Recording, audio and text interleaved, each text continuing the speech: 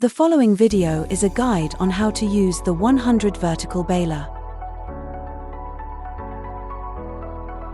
Firstly, at the front of the baler, place 4 number strapping rolls on the bar above the compaction chamber. Next, tread each strap down into the baler chamber. Press the down button on the control panel to make sure the compaction head is in the down position. Open both top and bottom doors.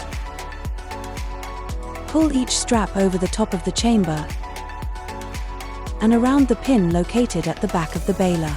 The straps are then placed into each of the U-shaped channels at the base of the chamber. Loop and knot each strap and fasten into the strap holding points below the chamber. Close both doors and press the up button to take the compaction plate to the home position. Next, open the top door and load material into the compaction chamber.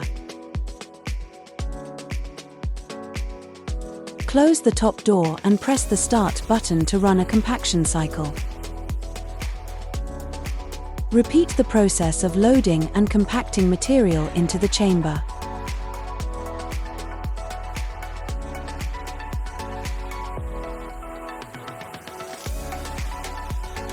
When the bale full light illuminates, it is time to tie and complete the bale. Open the top door and using the tie feed bar, pull the straps from the back of the baler down past the bottom door. Make sure you have enough strapping to tie the bale and cut the strapping. Close the top door and press the down button. Open both the top and bottom doors. Next, tension and knot the top and bottom ends on each of the straps. Place a pallet in front of the baler. Hold the 2 ejector buttons together at the side of the control panel to eject the bale onto the pallet. Make sure the compaction plate is fully up in the home position.